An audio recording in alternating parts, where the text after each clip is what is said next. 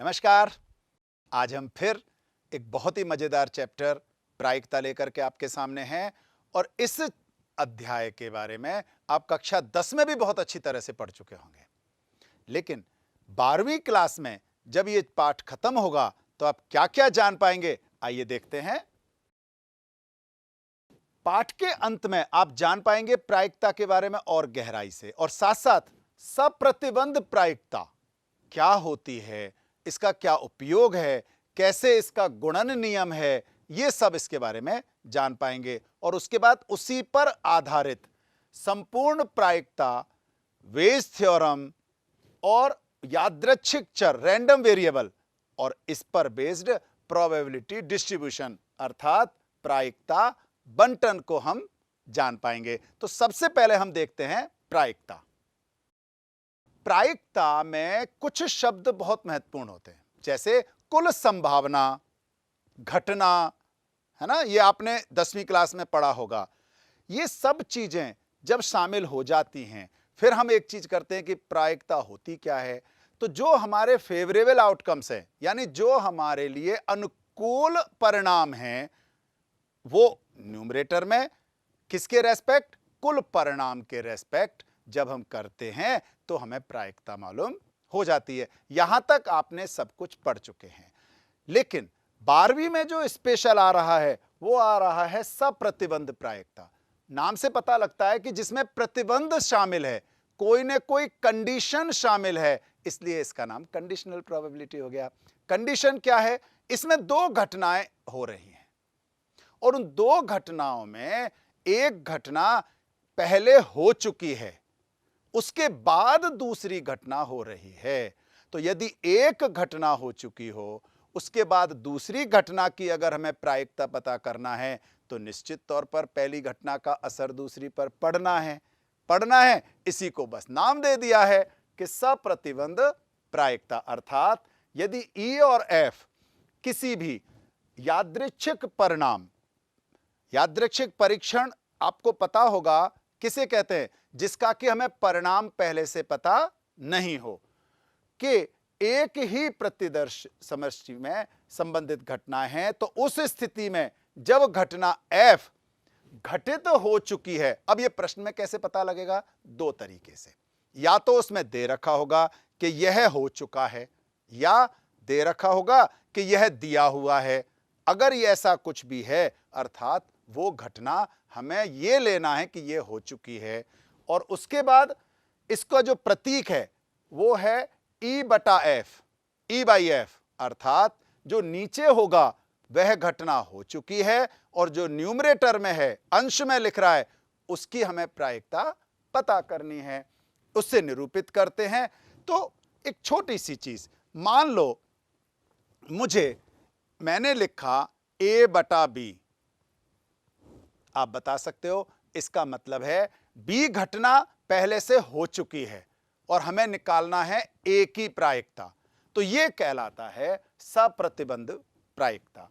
इसका एक बड़ा सिंपल सा सूत्र आप कह सकते हो, तरीका कर सकते हो कि अगर हमें यह निकालना है तो अगर E और F है तो यहां पर हम देखें तो F पहले से ही दिया हुआ है और E की प्रायिकता निकालनी है, तो दोनों का उभयनिष्ठ की प्रायिकता, कॉमन की प्रायिकता, यानी P E उभयनिष्ठ F, E कॉमन F, और जो हो चुका है उसकी प्रायिकता डिनोमिनेटर में यानी हर में लिख करके जो भी आएगा वो हमें E की प्रायिकता मालूम हो जाएगी। लेकिन आपको पता है रेशनल नंबर की पहली शर्त कि डिनोमिनेटर यानी हर कभी भी 0 के बराबर नहीं होना चाहिए, अर्थात PF की प्रायिकता कभी भी शून्य नहीं हो। तो एक छोटा सा देखते हैं कि मान लो मुझे दे रखा है PA दे रखा है 7/13, PB दे रखा है मान लो 9/13, और इन दोनों का उभयनिष्ठ की प्रायिकता दे रखी हो मान लो 4/13, और मुझे यह पता करना है।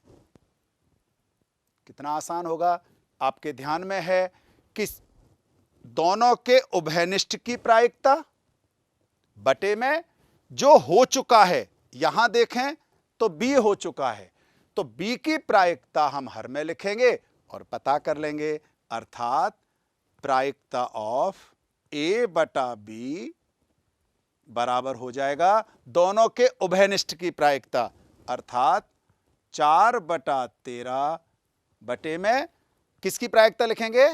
B की। B की प्रायिकता है 9/13। आपको पता है 13 से 13 कट जाएगा और इसकी प्रायिकता आ जाएगी 4/9। अगर हमें मान लो मुझे कहा जाता कि आप निकालो जी B बटा A, अर्थात A घटना पहले से घटित हो चुकी है, हमें B की प्रायिकता निकालनी है, तो फिर से दोनों का उभयनिष्ठ। अब एक बात बताओ, B का A से उभयनिष्ठ निकालें या A का B से निकालें, कोई फर्क पड़ेगा क्या? नहीं पड़ेगा ना।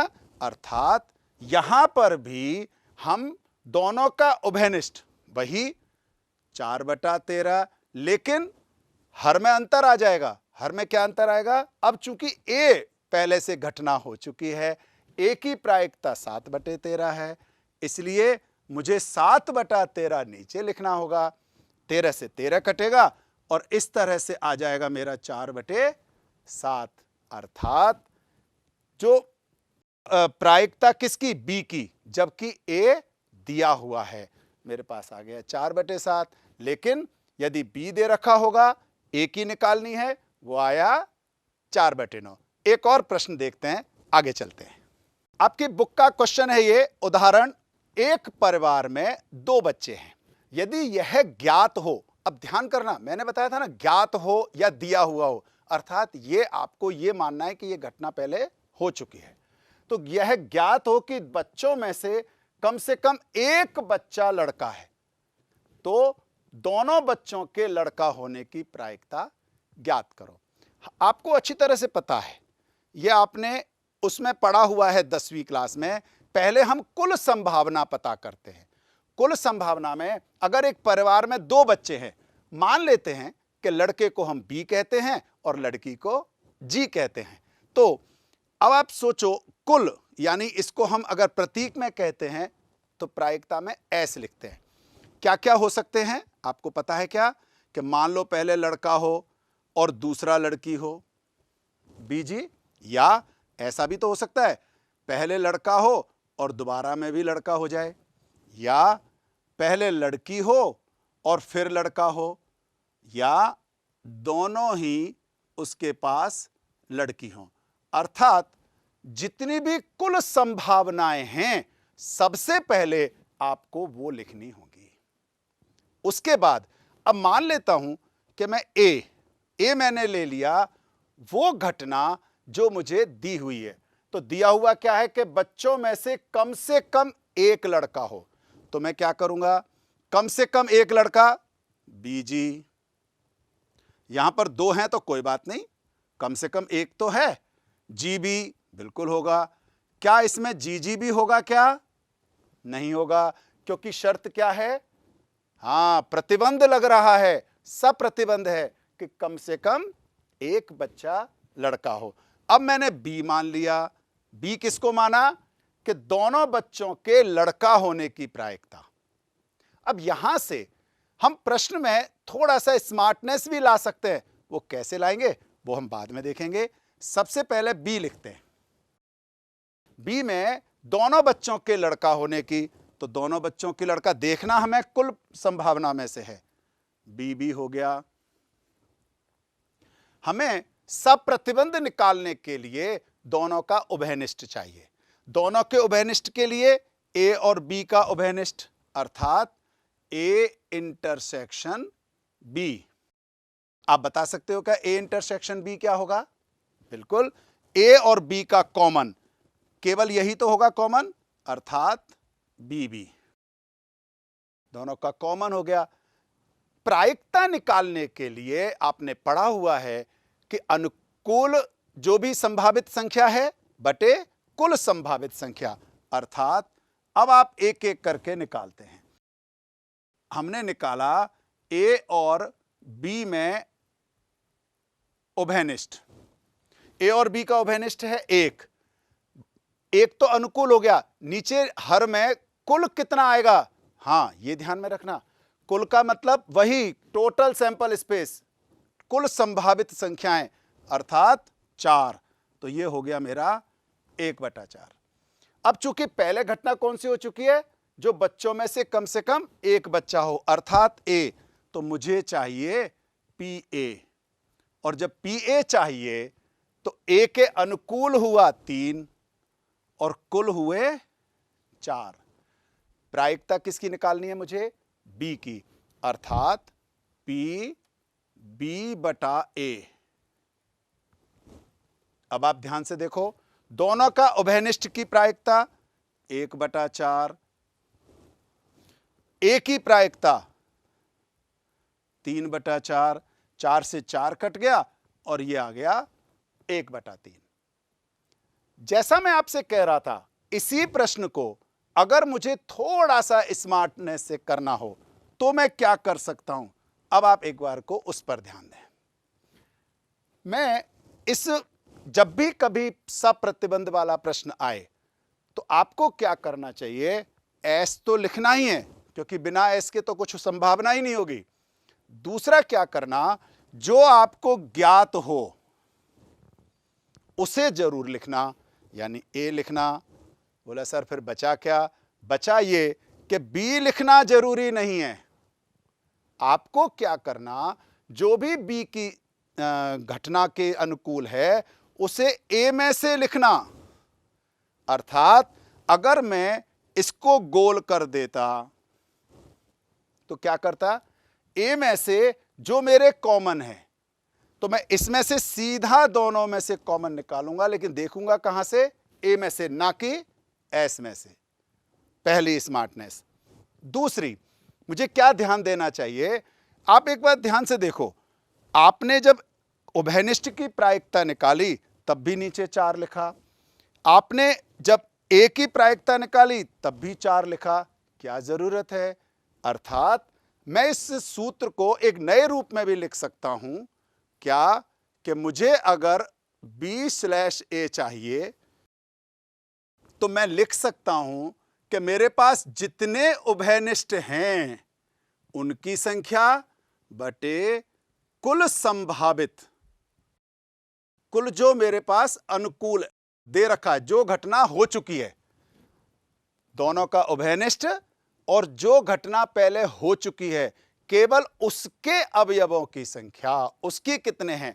तो आप देखो जरा, दोनों में उभयनिष्ठ की संख्या टोटल कितनी थी, 1, और हमारे पास अगर हम देखें ए यानी जो घटना पहले हो चुकी है, इसमें कुल कितने हैं, 3, तो मैं 1/3 कर दूंगा, मुझे तो सारी गणना ही बच गई। ये छोटी छोटी चीजें, लेकिन ये तब समझ में आएगा जब आप इसको ठीक प्रकार से समझ चुके होंगे। तो मैंने क्या किया, यहां जो मैं प्रायिकता निकाल रहा था वो प्रायिकता ना निकालकर उन दोनों के अवयवों की संख्या लिख दी। एक और प्रश्न देखते हैं, आप उसमें और आनंद आएगा। अगला प्रश्न, एक बक्से में 10 कार्ड है, 1 से 10 तक पूर्णांक है। मैंने क्या ध्यान दिलाया था, सबसे पहले एस लिखना। ओके, हम क्या करेंगे, सबसे पहले एस लिखते हैं। 1 से 10 तक हैं तो आप क्या करोगे, 1 2, कुल कितने हुए ये 10। पूर्णांक लिख करके रखे गए, उन्हें अच्छी तरह से मिला दिया गया। इस बक्से से एक कार्ड यादृच्छिक निकाला गया। मैंने एक बार पहले भी ध्यान दिलाया था, ध्यान से समझ लेना, यादृच्छिक का मतलब रैंडमली, अर्थात हमने देख के नहीं निकाला, मुझे नहीं पता कि वो कौन सा कार्ड निकल रहा है। अब जब मैंने यादृच्छिक निकाला तो यदि यह ज्ञात हो, देखो इस शब्द को ध्यान कर लो, प्रश्न में बहुत आसानी से पता लग जाते हैं। ज्ञात हो का मतलब ये तुम्हें पहले से गिवन है, दे रखा है ना। तो ज्ञात हो में मैंने ए मान लिया। क्या दे रखा है कि निकाले गए कार्ड पर संख्या 3 से अधिक है। ध्यान करना, 3 से अधिक है, अर्थात 4 5 से लेकर के और 10 तक है, ये दे रखा है मुझे।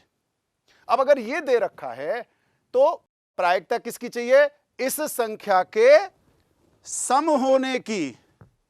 सम संख्या अर्थात जो संख्या 2 से भाग हो जाए। मैंने क्या बताया था आपको, यहां पर ए इंटरसेक्शन बी, ए और बी का उभयनिष्ठ निकालना है। अब आप देखो कितना आसान हो जाएगा, उभयनिष्ठ निकालना है ना, तो इनमें से जो सम संख्या है केवल वो लिखो, क्या जरूरत है मैं बी लिखने की। अब बताओ कौन कौन सा होगा, 4, 6, 8 और 10, ये इन दोनों का कॉमन हो गया। अब यदि आप प्रायिकता से करना चाहते हो, किसी से भी कर सकते हो, प्रायिकता निकालनी है मुझे बी की बटा ए, अर्थात आपको पता है प्रायिकता ऑफ पी ए और बी का उभयनिष्ठ बटे में, चूंकि ए पहले से हो चुका है तो पी ए, अर्थात उभयनिष्ठ 4 संख्याएं हैं और कुल कितनी है 10, 4 बटा 10 बटे ए में कुल कितनी बची, हाँ 10 में से 3 गई हैं, 7 बची हैं, ध्यान करना, 7 बटा 10, 10 से 10 कट गया, ये बराबर में आ गया 4 बटे 7। ये तो रहा प्रायिकता विधि से। अगर मैं इसी को एन वाली विधि से करता तो क्या करता, पी बी बटा ए, बी अपॉन ए, एन, ध्यान करना, लेकिन यहां मैं लिख रहा हूं अब एन, ए और बी का उभयनिष्ठ बटे एन ए, पी हटाया। अच्छा पी क्यों हटाया मैंने, केवल इस कारण से कि यहां भी अपॉन में टोटल सैंपल स्पेस, यहां भी अपॉन में टोटल सैंपल, हमेशा सेम आना है, तो क्यों घसीटना, वो काट दिया, अर्थात ये हुआ मेरा सीधा 4 बटे 7। कैसा लगा, आगे चलें, गुड। प्रायिकता के कुछ गुणन नियम है। अब सुनने में लगता है पता नहीं जाने कौन से नियम आ गए, कोई नियम नहीं है, इसमें छोटी सी चीज हम देखते हैं, पी ए स्लैश बी यानी P A intersection B upon P B, यही है ना। अब एक छोटी सी बात समझो, अगर मुझे ये निकालना, आपने प्रायिकता में 11वीं क्लास में पढ़ा होगा, इंटरसेक्शन का मतलब है बोथ, ए भी घटना हो रही है और बी भी हो रही है, हमें दोनों चाहिए, और अगर यूनियन होता है तो और यानी या तो ए या बी। तो अगर मुझे पी ए इंटरसेक्शन बी चाहिए,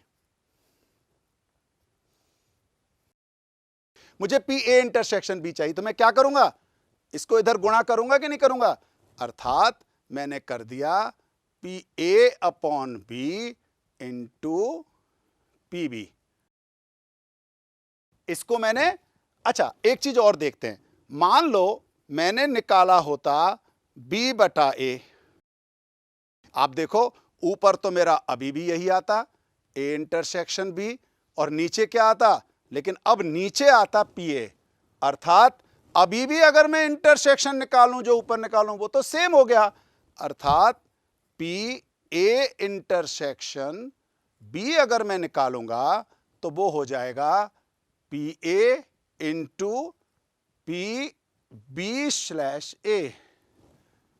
आप देखो ये भी इंटरसेक्शन, ये भी इंटरसेक्शन, अर्थात जब भी हमें दोनों की प्रायिकता चाहिए तो जो दे रखा है, वो जो पहले से घटना घटित हो चुकी है, वो किससे गुणा होगा, उससे गुणा होगा जो इस प्रतिबंध के साथ प्रायिकता निकाली है, उन दोनों के गुणा के बराबर होगा। अब ये समझ में आ जाएगा कि माना कि ई तथा एफ किसी परीक्षण के प्रतिदर्श समष्टि से संबंधित दो घटनाएं हैं, तो ई इंटरसेक्शन एफ क्या होगा, पीई। पीई क्यों किया, क्योंकि ई दे रखा है, ये ध्यान में रखना है। अगर कोई अकेली प्रायिकता है अर्थात ये घटना पहले से हो चुकी है, तो पीई गुणा पी एफ स्लैश ई, और अगर हमने पी एफ गुणा कर रहे, इसका मतलब एफ पहले हो चुकी है, तो पी एफ गुणा पी ई बटा एफ करेंगे, और इन दोनों का मान बराबर होगा किसके, ई स्लैश एफ के। यदि ई तथा एफ और जी भी आ जाए, अब देखो यहां एक और स्टेप आगे बढ़ गए, मान लो एक और हो जाए, कोई चिंता की बात नहीं है, हम दो को मान करके एक की निकालेंगे। कैसे, अगर मुझे इन तीनों में कॉमन चाहिए तो हमने क्या किया, एक ले लिया पीई। पीई लेने के बाद हमने क्या किया, यहां पर पी एफ निकालना है स्लैश ई और जी निकाला इनका इंटरसेक्शन के साथ, अर्थात 2 हो 3 हो कॉमन, हम इनको बहुत आसानी से कर सकते हैं। एक प्रश्न देख करके इसको और स्पष्ट करते हैं। एक कलश में 10 काली और 5 सफेद गेंद हैं। 2 गेंद एक के बाद एक निकाली जाती हैं। पहली गेंद दूसरे के निकालने से पहले वापस नहीं रखी जाती, यह ध्यान में रखना है। 2 शर्तें हो सकती हैं, एक ये विद रिप्लेसमेंट, एक होता है विदाउट रिप्लेसमेंट। यहां जब दूसरी निकाल रहे हैं तो पहली हम नहीं डाल रहे। अगर हमने पहली डाल दी होती तब तो दूसरे वाले के लिए कोई शर्त ही नहीं बचती, कोई प्रतिबंधी नहीं होता। प्रतिबंधी तब हुआ जब वो पहले वाली बॉल वापस नहीं रखी गई। मान लीजिए कि कलश में प्रत्येक गेंद का निकालना समसंभाव्य है तो दोनों काले गेंद निकलनी है। अब ध्यान करना, दोनों काली गेंद निकलनी है। 10 काली गेंद है, 5 सफेद गेंद है, तो पी काली गेंद मैं पी बन कर देता हूं, अर्थात पहले काली गेंद निकलने की प्रायिकता। अब ध्यान क्या देना है, 10 काली हैं, अनुकूल 10 है, कुल 15 हैं, तो ये हो गया 10/15। लेकिन प्रतिबंध लग गया कि एक काली निकल गई है, तो बची कितनी काली, 9। बिल्कुल ठीक कहा। तो इसका मतलब अब जो मुझे B2 निकालनी है, अर्थात दूसरी ब्लैक निकालनी है, वो तब निकालनी है जबकि पहली काली बॉल आ चुकी है। अगर एक काली निकल गई तब इसके दूसरे काली की प्रायिकता, तो चूंकि एक निकल गई तो कुल बची काली 9 और कुल बॉल 15 थी तो बची 14। दोनों काली हों, यहां जो अभी आपने गुणन नियम पढ़ा था वो बिल्कुल शामिल हो जाएगा, अर्थात B1 इंटरसेक्शन B2। फिर ध्यान कर लेना, इंटरसेक्शन का मतलब दोनों काली, एक काली नहीं, दोनों काली। तो इन दोनों का मल्टीप्लिकेशन अर्थात 10/15 गुणा 9/14। आपके पास आसानी से ये पता लग जाएगा कि दोनों के काली होने की प्रायिकता कितनी है। अब बहुत आसान गणित हो गई। 3 तिया 9, 3 पंजे 15, 5 दूनी 10, 2 सत्ते 14। कितना आ गया, बिल्कुल ठीक, 3/7। है ना आसान। और अब इसका उपयोग कहां होगा, आगे के में, जहां हम आगे और अंदर चलेंगे। ध्यान आया होगा, इसका जरूर रिवीजन कर लें जिससे कि आगे का टॉपिक आपको आसान हो जाए। धन्यवाद।